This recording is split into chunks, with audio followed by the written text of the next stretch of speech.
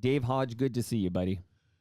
Well, no COVID, no weather, no traffic, no Zoom. It is a pleasure to be back sitting across from you, Mike, and I look forward to this episode perhaps more than any other. The tradition continues. Yeah, we should probably lay out what we do here and how it works for anybody that hasn't listened before. I hesitate to call them rules, but I list my 100 favorite songs of 2024 by 100 different artists, mind you. There is something else added this year. I'll explain that later. But we'll play some of these songs. We'll name some of them. And you'll get several reminders that everything can be seen and heard on Hodge100.com. Thanks to you, Mike, and to the painstaking efforts of Tyler Campbell, whom I thank once more. I don't deserve that. The listeners perhaps do. Lovers of music certainly do enjoy it. And I look forward to seeing the finished product again. I don't disagree very often with you, Dave, but I would say you absolutely do deserve that. So a big thanks to Tyler Campbell, also known in our community as the VP of Sales. So shout out to the VP of Sales for helping maintain Hodge100.com. And as we speak, as people hear our voices right now, they can go to Hodge100.com. In fact, Dave, when I got excited seeing my calendar, a visit from Dave Hodge, because, it's been 5 years since you've been here. But I did learn from Hodge100.com that this is the 7th year in a row we started doing this, your 100 songs of the year, in 2018, and we haven't missed a single year. Even though there was a pandemic, we kept it going remotely for a few years, but this is your first visit here since 2019. And shout out to Colin James. It's been 5 long years. Oh, well, the first mention of a song from years past. Anyway, I do want to identify 2024 as a special year for me, and I think for music generally. One of the biggest reasons was the Gordon Lightfoot tribute concert at Massey Hall in May. There were so many notable performers, too many to list. I know that's what we do here. We have lists, but I'd probably forget somebody. So when Alex Lifeson and Geddy Lee of Rush play at the end as surprise guests, I believe it could be called the greatest assembly of legendary Canadian musicians ever on one stage. Now, with respect to all the others, the one performance that had everybody talking was this one. Backed by Blue Rodeo, Gordon Lightfoot's Black Day in July, sung by Allison Russell. Dave, that was fantastic. Well, your reaction was the same as I got from just about everybody that night. A lot of one-word wows. It was powerfully stunning, and I can't stop watching it, listening to it, and I'm glad your reaction, I'm not surprised, was the same as everyone else's. Now, I have a story about seeing Allison Russell in concert in March and managing to meet her backstage. Here's how that came about.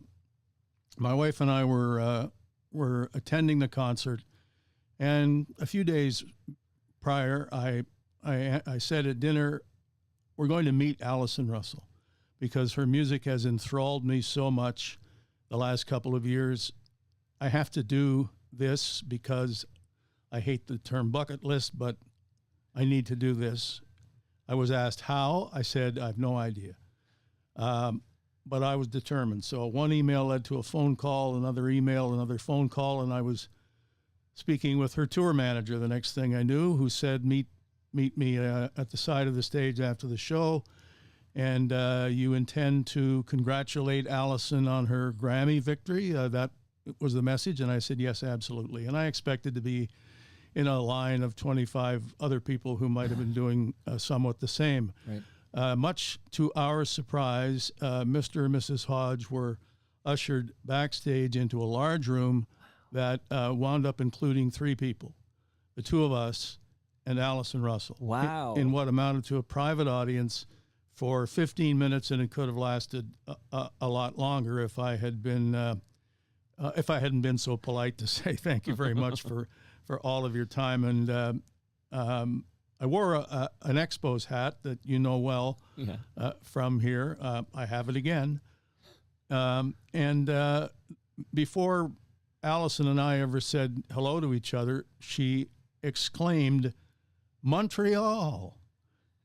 And I said, I wore this for my birthplace and yours. We are both native Montrealers. And also for the name of the first song that I ever heard by Allison Russell, entitled Montreal. So it was a nice way to start. And we talked a little baseball, actually, and then we talked music. And I said what I had come to say. Congratulations on winning a Grammy. Canadians don't often do that.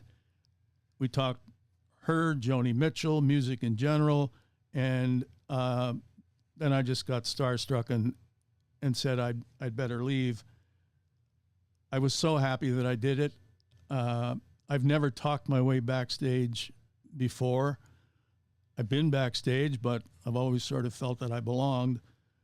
But I kind of liked myself for what I did and the way I did it, and I'll never forget it. And I should mention that Allison Russell, as we speak, is performing on Broadway these days in the Tony Award-winning musical Hadestown, which was based on a record by Anais Mitchell. So Allison Russell has made her debut, I think, 2 or 3 weeks ago, playing the part of Persephone, which is the title of another great Allison Russell song. If you weren't so polite, Dave, you might still be backstage chatting up Allison Russell. I can't say enough. I can't say enough about the show, about our meeting, and about every song that she's written and sings. And her life story is one that we have no time to detail here, but it's. I think it's going to be the subject of a book at some point, or a documentary, and it gives you hope for humanity, shall we say? She's a special person. Engaging isn't enough a good enough adjective to talk about how lovely a person she is. So the year was special for many reasons. I'm going to now mention the amazing 4-part documentary, No Dress Rehearsal, a must-see. Maybe I'll chime in there, rudely interrupt the legend that is Dave Hodge, to say that Allison Russell is quite the talent, but that Black Day in July cover that she performed at Massey Hall, Blue Rodeo, of course, is on that song, and I wanted to shout out Blue Rodeo. I was at Massey Hall fairly recently to see Jim and Greg inducted into the Canadian Songwriters Hall of Fame, and that was a very special evening for me. And as great as Allison Russell is, I just want to shout out Blue Rodeo, who continue to impress. Well, and she mentioned obviously her backing band, as it were, for that song, but the hip. Yes. No Dress Rehearsal, as I say, a must-see for any fan of the band.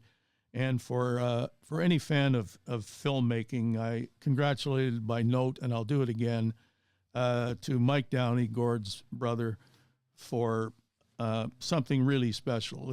If you want to see it in one sitting, it's going to take 4+ hours, but I think that's the way to see it, as opposed to 4 different episodes. And as part of the 35-year anniversary release of the album Up to Here, yes, which was the first studio release that the band made, and now in box set form, there was an unearthed song included on the box set release, a song called Get Back Again. Now, it does get the first mention of this year's top 10 for me. It's number 9 on the list, and I think we should hear a new old song by the Tragically Hip, an appropriate title, Get Back Again. Dave, As you know, I'm a big Tragically Hip fan like yourself. And when I heard that song, because I had heard like bootlegs of it in the past, but they, this cleaned up proper studio version of Get Back Again, I couldn't believe it was left. I think it was intended for Road Apples. And it blew my, what, are you sure? Because I think it was Road Apples. And I think a member of the band said that the song, oh no, you're right. Why would I ever challenge you, Dave Hodge? Up to here, it was intended for, but the song 38 Years Old was similar enough that they decided to pick one over the other, and Get Back Again was left off the album. But what an amazing song. It sounds great today, and it just blew my mind how good that song sounds. Well, Gord Sinclair says music never gets old, and this could have been, this could have been a song from 2024, and I'm gonna say it is, and it was, because it's on the list. And to be excluded from Up to Here, New Orleans is Sinking, Blow It High Do, you can't put everything on it, and I think Get Back Again is so terrific that it's got to be on any album that they're considering. But finally, we get to hear it. We've heard it live a few times and on bootlegs, but terrific, and it is number 9 on this list. So I get us to a first mention of the top 10 list, but we got lots of ways to go. Right, but I gotta chime in to say, it's an oldie because Paul Langlois, who does a great job doing the backgrounds on that song that Gord Downey's singing, sounds so young. Like when you hear Paul Langlois' voice, it's like, okay, that's Paul Langlois from the late 80s. And again, you and I agree. Get Back Again sounds as good as anything in that Tragically Hip catalog. For this year's show, I decided to add a separate list of 20 cover songs, like we didn't have enough with 100 from this year. Right. Because there's so many good cover songs released in 2024 for whatever reason. Maybe COVID backed everything up and people had these songs sitting around. In fact, the number 1 cover was sitting around for a while. And before we hear some of it, because it happens to be a Springsteen song, let me hear your 24 highlight, if I can guess that it was that. Bruce, am I right? I feel like I'm late to this party. I've always appreciated the man, but I'm a little bit younger than you. So when I'm growing up discovering Top 40 radio, it's all Born in the USA. So that's sort of, I'm coming of age. I'm discovering primarily on 680 CFTR. I'm listening to Top 40. I'm hearing a lot of Bruce, but it is Born in the USA Bruce, and it's great. And Dancing in the Dark and Born in the USA and all that stuff, Cover Me, all the glory days. That's what I'm hearing. So I kind of live my life appreciating Bruce. I have people on to kick out the jams, and often people will kick out a Bruce Springsteen song, and I'm like, oh yeah, that's pretty good. I kind of get it. But then I saw Bruce live in 2024, just this past month. I saw Bruce Springsteen live, and I am so fully converted. He blew my mind. He's 75 years old, has far more energy than I do. He went, 3 hours. He was so amazing. I just can't stop talking about this concert I saw, and I'm completely converted. I just hope he comes back again soon and I can see him again, take my kids to see him. I'm a Bruce head now. Well, why wasn't I there? Quick answer, because the last time I saw him, I had the very best seats I could possibly imagine. And I said, I can't beat this. So, no, Scotiabank Arena, where I was sitting, beat wherever I might have been sitting at the Rogers Center. And I might as well answer the question, why wasn't I at Taylor Swift? Apart from maybe the obvious that the cost wasn't really being digested too well in our household.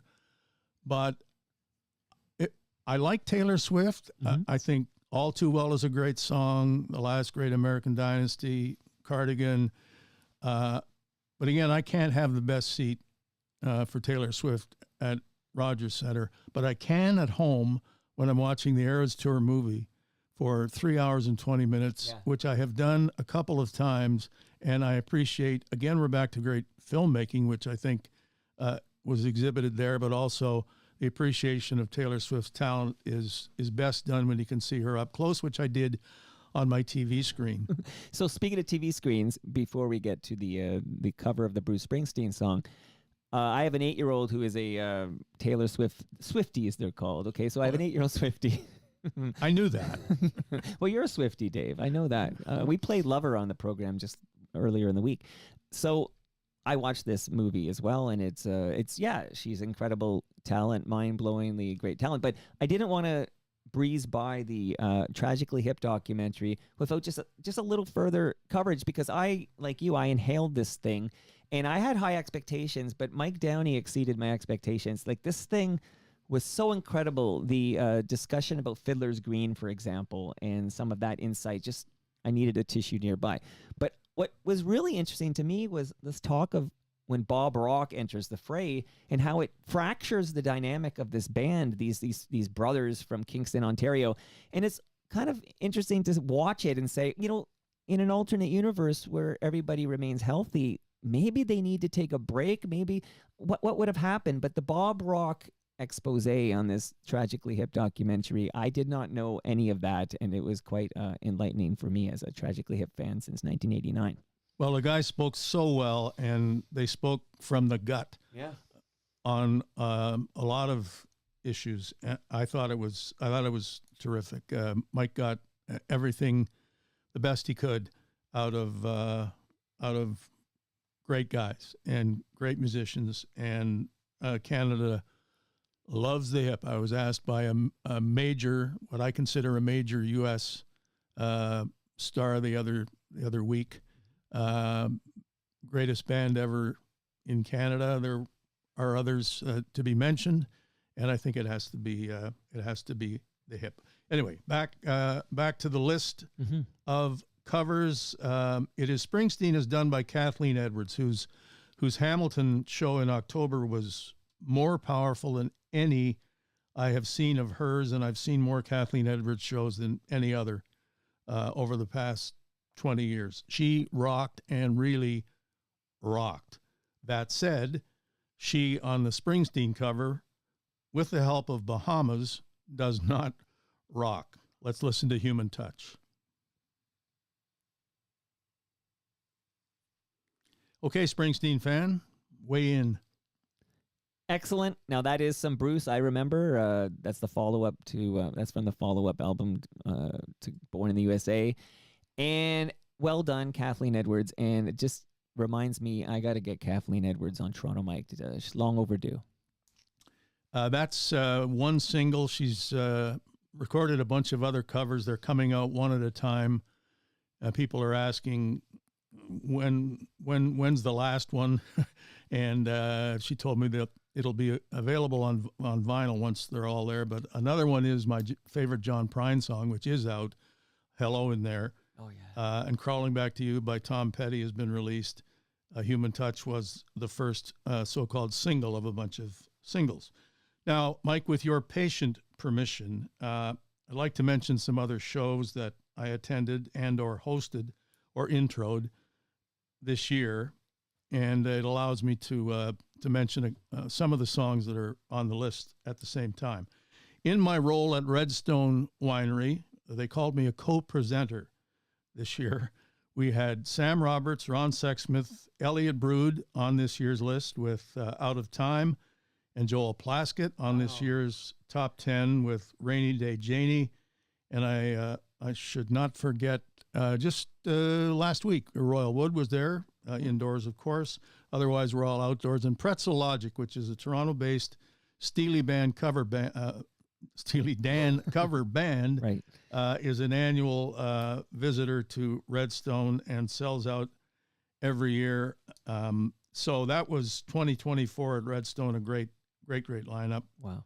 At Taw's Winery, Jim Cuddy, top 10 on my list this year with really a poignant song called Impossible, written about and for the family of John Mann, the beloved singer of Spirit of the West, who died far too young. I had not seen or heard Justin Rutledge in a while. His song Good Man topped this list in 2019. Saw him at Jackson Triggs Winery in 2024. He never sounded better. I saw Rural Alberta Advantage there. This is why they call it themselves RAA, much easier to say. I saw Rustin Kelly at the legendary Horseshoe Tavern, #1 here in 2020 with Radio Cloud, which he didn't sing that night. That's his choice. He's on this year's list also with The Watcher. Actually, he's on twice. A little bit of a shady rule break here, because so is Katie Pruitt, and we're going to have more on her later. Leave that with me. I'll cue you. But Rustin Kelly and Katie Pruitt combined on a single called Standstill, and I couldn't leave it out. I'd like to praise the hell out of a 5,000-seat theater at Fallsview Casino. It's called the OLG Stage. If you haven't been there, what a venue. I saw Jason Isbell in the 400 unit there, and he's got a Tom Petty song on my cover list here. Also at Fallsview, at the smaller Avalon Theater, I saw Cat Power do Bob Dylan's 1966 Royal Albert Hall show from front to back, as she has done on record. A cut from that was top 10 here last year, Ballad of a Thin Man. I would pay to hear you sing Dylan, Mike. Really. How much would you pay? Taylor Swift prices? More. Now, speaking of Dylan, I want you to watch out for the film. I don't know if you know about it. Is it the Chalamet? It is. Yeah. The film, A Complete Unknown. It is due in theaters, I believe, December 25th. I don't know how widespread the release is, but Timothée Chalamet is an Oscar contender, if not favorite. I have not entered a movie theater in many, many years. I will see A Complete Unknown as soon as I can after Christmas. Well, I'm highly anticipating that release, and I'm going to just shout out a movie I heard is in development on younger Bruce Springsteen's life, and the gentleman playing Bruce is the I got to Google his name, but the gentleman from The Bear. So the star of The Bear, Jeremy Allen White. That's off the top of my head. I hope that's correct. But he's going to play Bruce, and I'm looking forward to that one maybe next year. I didn't miss a minute of The Bear, and I loved it, and him and everybody that played a role in that. Now, another best ever concert for me. I said this was going to take a bit of time. How many Wilcos have I seen over the years? I can't count. Too many to count. Massey Hall in July 2024 was Wilco at its best. And at times this year, I thought I was an East Coaster. I mentioned Joel Plaskett. I spent a night with fellow Nova Scotian Adam Baldwin. And then for a while, I was an honorary Newfoundlander with Alan Doyle. He's on the list here with Welcome Home. And my friends Jerry, Phil, and Andrew in the band called The Once. They are on the list with The Bend. I spent time with one of my favorite bands, my very favorite bands. 35 years ago, they were that. And still today, the Jayhawks performed at the Burlington Arts Center. I thank lead singer Gary Louris and wife Stephanie Louris for 2 special nights. And one more concert is going to bring me full circle back to the Lightfoot tribute at Massey Hall. Blue Rodeo was one backing band that we've talked about. The Lightfoot Band was the other. And I recently enjoyed the Lightfoot Band's own full show.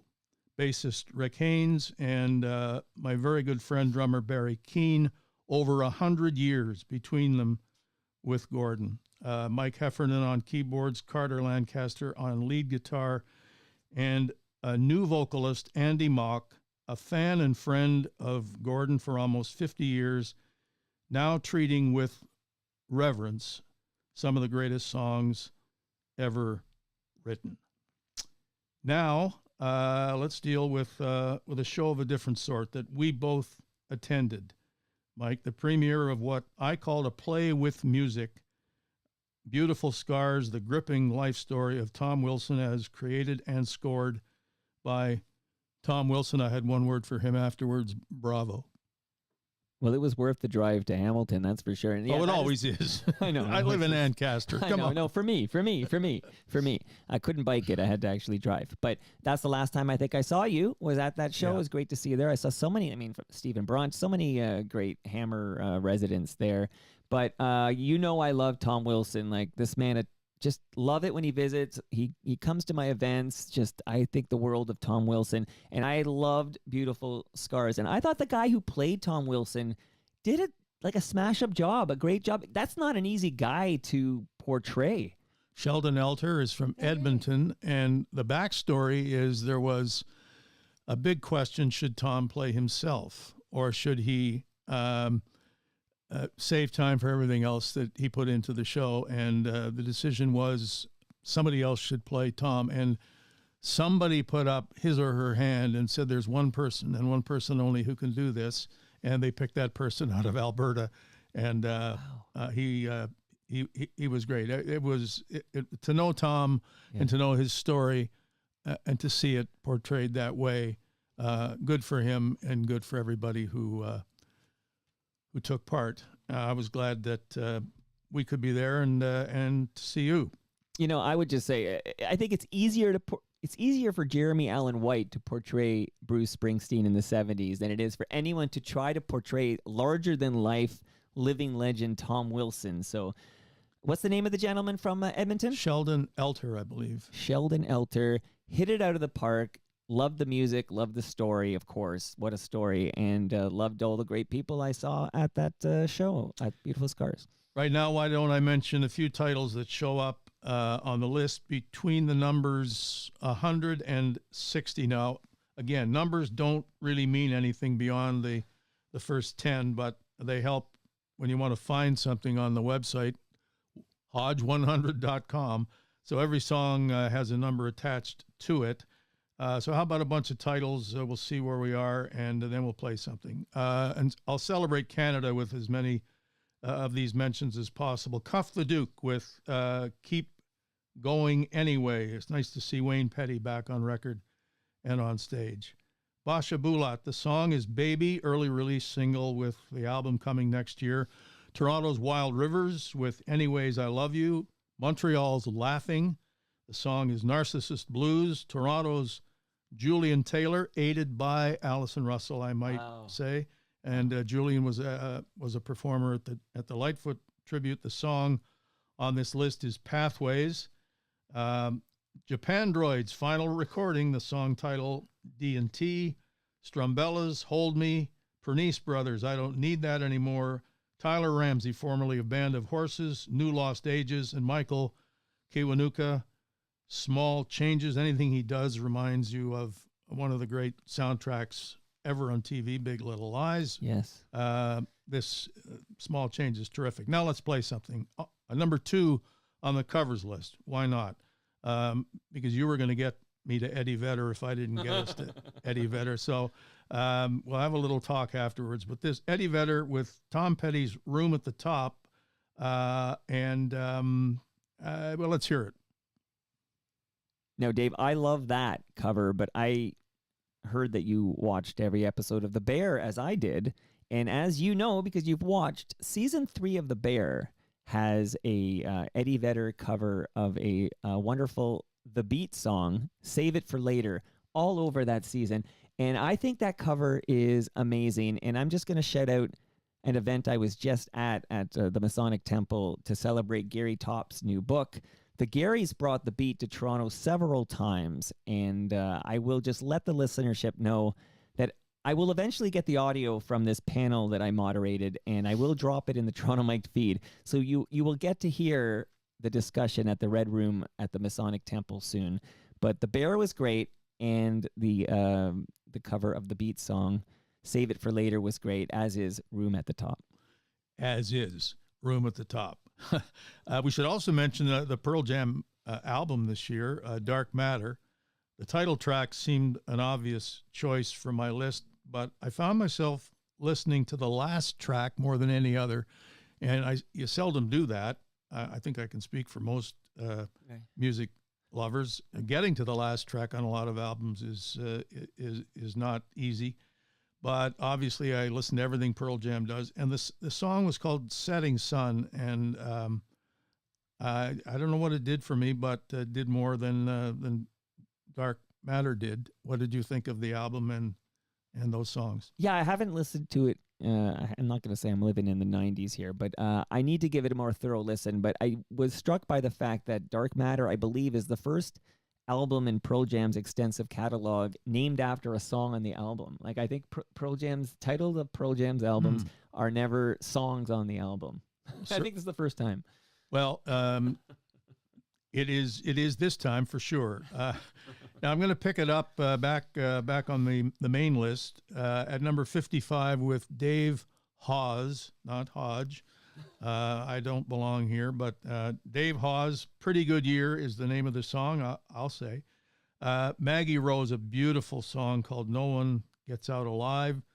Jack White, I might as well say Jack White's Stripe. This is back to the beginning. Really, That's How I'm Feeling is the name of the song. Ray LaMontagne, and They Called Her California. Mike Campbell and the Dirty Knobs, speaking of Tom Petty. Yeah. Angel of Mercy. Josh Ritter, Only a River. The Old 97s, Where the Road Goes. Zach Bryan, has to be here somewhere. Pink Skies. Toronto's Red Hot Band, Ducks Limited, with Grim Symmetry. And now, before we get back to covers, we've forgotten something, Mike. There has been no mention of sports. That can be corrected by going all the way back to number 100 on the list. A band called the Baseball Project writes and sings songs about baseball and only baseball. And here's a perfect offering for the 2024 list by the Baseball Project, O.O. Otani. Dave, hearing that song, I'm reminded almost about exactly a year ago, I had a live event at Palma's Kitchen, and my first guest at this live event was your friend and mine, Stephen Brunt. And the big conversation was this phantom flight the night before when everybody was excited that Otani was on his way to sign with the Toronto Blue Jays. And literally during this conversation, Shohei Otani put on Instagram that he was signing with the LA Dodgers. But that's what I think about when I hear Otani.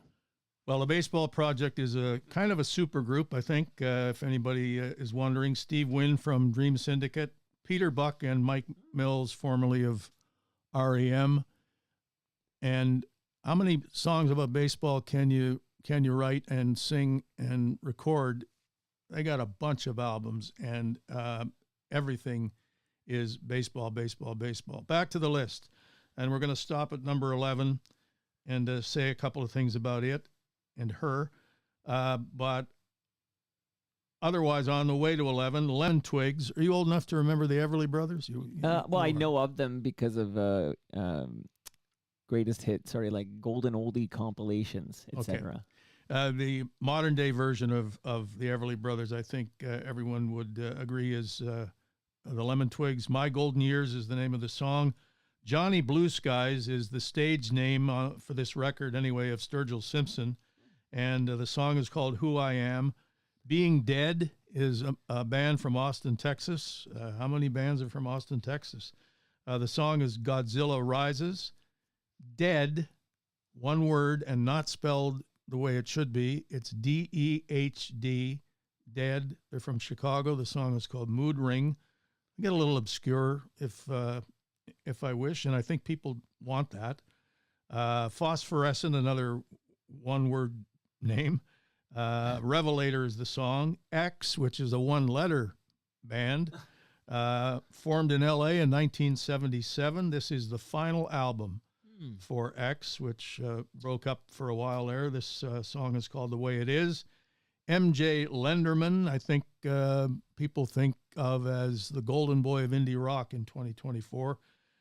She's Leaving You, much critical acclaim for him. Sarah Jaros, Jealous Moon, she's been on this list a few times. And number 11 is Katie Pruitt with a song called All My Friends. And you pick it up from there on Katie Pruitt and what she means to this show, at least one listener, and to what we do and why we do it. Yeah, fantastic. But how many times have you seen Katie Pruitt live? None. Okay, so is this on the bucket list? You don't. Now that I've learned there is a bucket list. I Yeah. need it here. Let me see the bucket Well, list. first of all, I hate the term, and secondly, if it included, it was included in my list of my life, I couldn't name. I'm taking enough time. There's a lot of people I haven't seen that I would like, but there are Katie Pruitt fans out there, at least one, right? Oh, yeah, of course. That listens here. Yeah, you.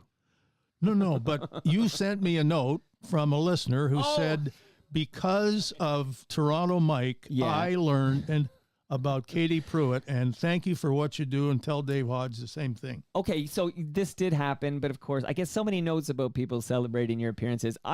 It had slipped my mind, but can you please remind me? Because you're right, I did forward that over, and I did get this note, but please remind me. I don't have it at my. Well, that's it. I mean,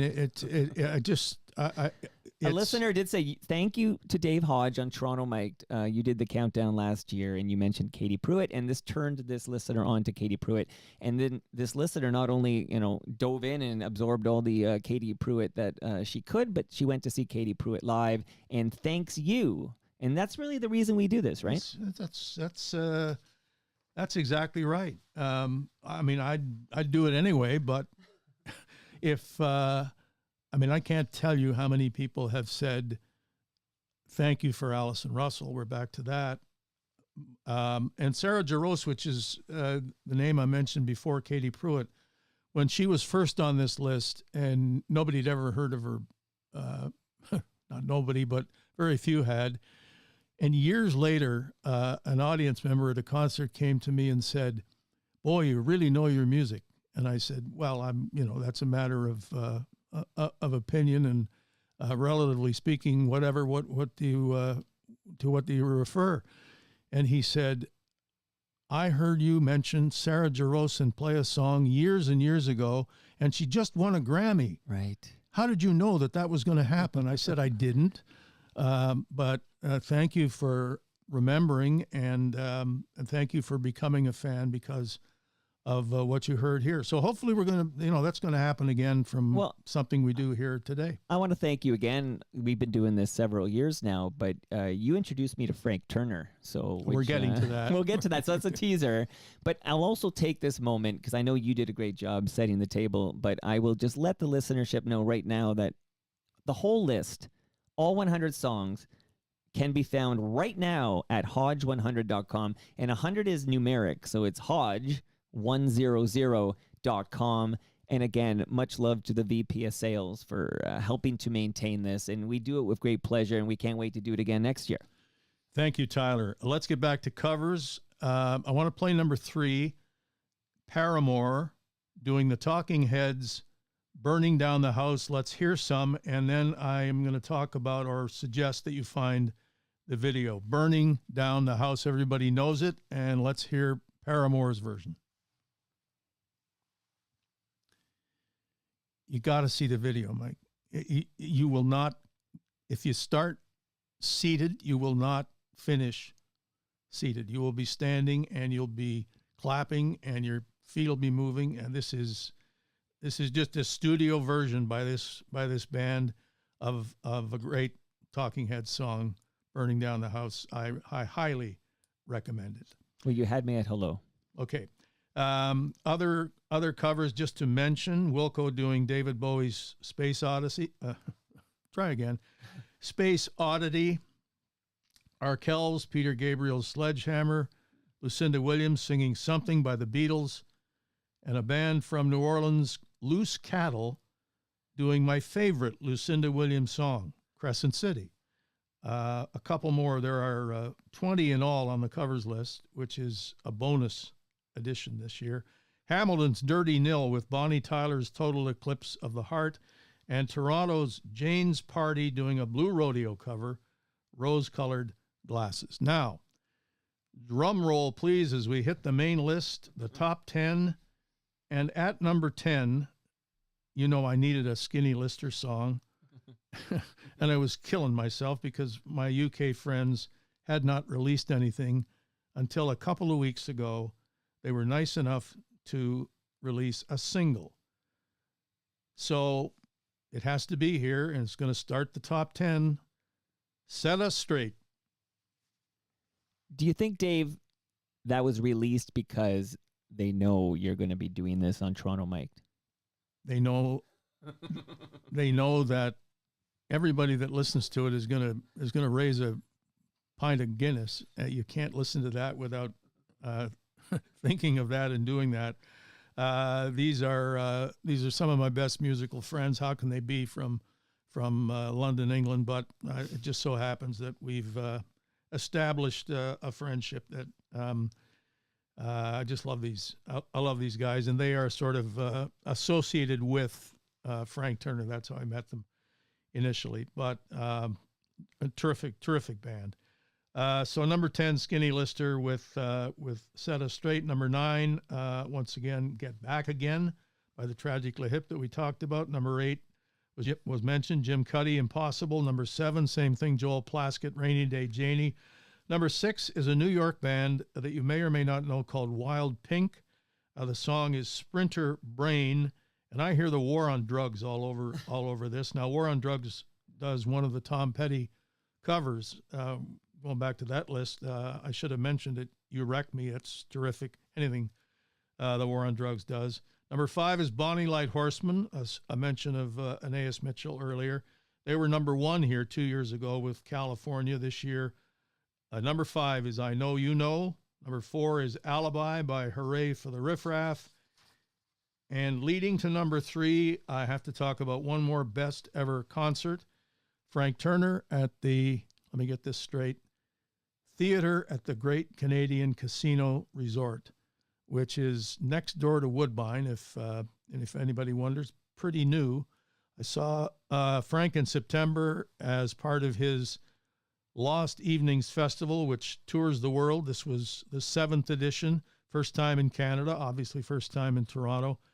And they were fantastic on the closing night of a 4-night festival. Frank Turner, I originally picked the Showstopper off the album this year, the album called Undefeated, and the song Live Do One has everybody going crazy. But I found myself liking more and more a song that I have put at number 3. Let's hear that. It's called Ceasefire. I mentioned just moments ago, you turned me on to Frank Turner, and I can't thank you enough. He can do no wrong. What a tremendous musician. Nothing Skinny Lister, yeah. Frank Turner and the Sleeping Souls, Bruce Springsteen. We're talking live acts that have to be seen, and obviously it's fun and okay to hear them too. Now, where was I? Oh, number 2. The Frank Turner selection was tough. Do One or Ceasefire, and I wound up with the longer version, Ceasefire. Number 2 was even harder. Felice Brothers. It had to be a song called Crime Scene Queen, which I recommend, or it had to be this song, and this song prevailed. Number 2 by the Felice Brothers, Flowers by the Roadside. Dave, one song to go here. I just want to take a quick moment here to say thank you and to make sure you realize how much I appreciate that, when you can, you make the trip here. Otherwise, we do it remotely, but I'm so glad you're here again. But how much I love this, and the listeners appreciate and love this, and thank you. Well, I thank and applaud anybody that is here at the beginning and stays to the end. You can call yourself a music lover. You can call yourself a Toronto Mike follower and lover and listener. I'm all of that. Number 1. Number 1. There's a number 1 every year. And I had no trouble with this.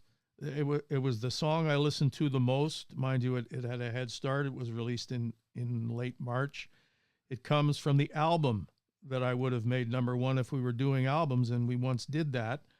The album is called Tiger's Blood. The artist's real name is Katie Crutchfield. Her band name / stage name is Waxahachie. She has been high on this list before.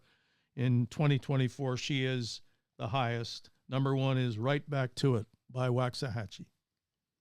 Dave, I love that song. MJ Lenderman, great duet. And I listen to a podcast called IndieCast, and I have heard so much chatter about both MJ Lenderman and Waxahachie, and I kind of could have predicted it, I think, but yeah, right back to it. Worthy #1 this year. As I say, I had no difficulty, which for me is rare. But #1 was always going to be #1, and we got right back to it just now. Now, Mike, who knows how we're going to get through 2025? But I'm counting on music to help me do it, and you too. And we'll be back here.